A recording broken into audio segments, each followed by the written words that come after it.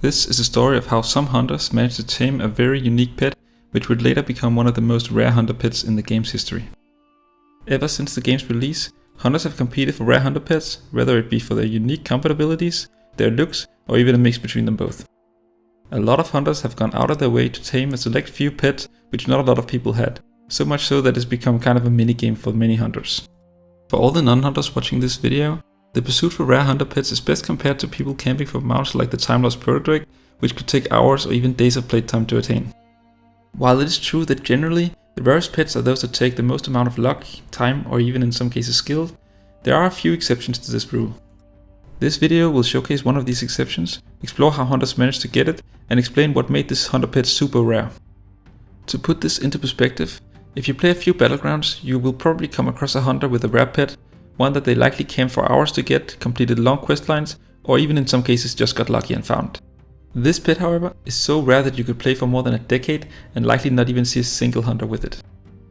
The pet is called Spirit of Koosu, according to my pronunciation, and was introduced into the game on patch 3.0.3, which was a minor bug fixing patch prior to the launch of the Wrath of the Lich King expansion.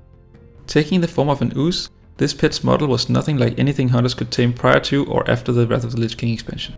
Interestingly, the mob was found in the Solasar Basin, a zone well known among hunters as all three of the zone's rares are tameable beasts with unique looks and very long spawn timers. Unlike those mentioned rare pets, the Spirit of Koosu only required the hunter to ally themselves with the Oracle's faction. This could be done by going through an interesting questline where the player would first befriend the Frenzy Heart tribe, then wage war against their enemies, the Oracles, only to switch sides and help the Oracles. At the end of the questline, the player would be able to choose which faction they would befriend while becoming at war with the other one. Choosing the Oracles would allow the player to complete a number of daily quests to help the faction around the zone. These daily quests would rotate on a day-to-day basis, with one of the possible quests being called the Cleansing Song.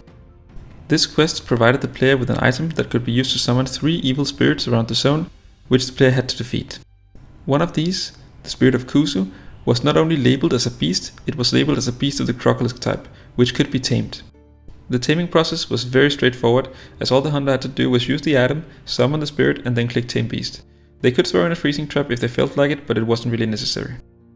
Once the taming was complete, the hunter would have access to an Ooze pet that functioned exactly like a Crocolisk pet, even having the sound effect of a crocodile on its abilities.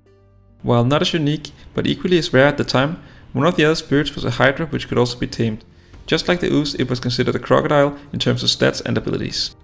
At the time, Hydras were not available as hunter pets, but in the PTR of the following expansion, the Cataclysm, the Hydra pet family was in the game files. While nothing came of this in the Cataclysm expansion, when the World of Warcraft expansion launched in 2014, the Hydra pet family was finally introduced into the game.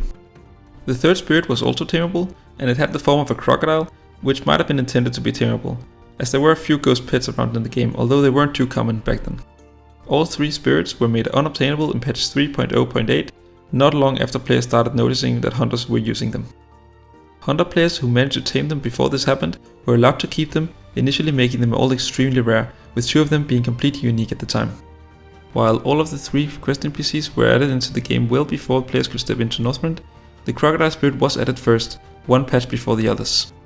This could give us a clue as to what happened, as the other spirits were probably copies of the Crocodile, given new models and spells, but kept the tameable tag due to an oversight. With the introduction of Hydras as an actual pet family in the World of Warcraft expansion, the Hydra spirit was made tameable once again, while the 2 others were not.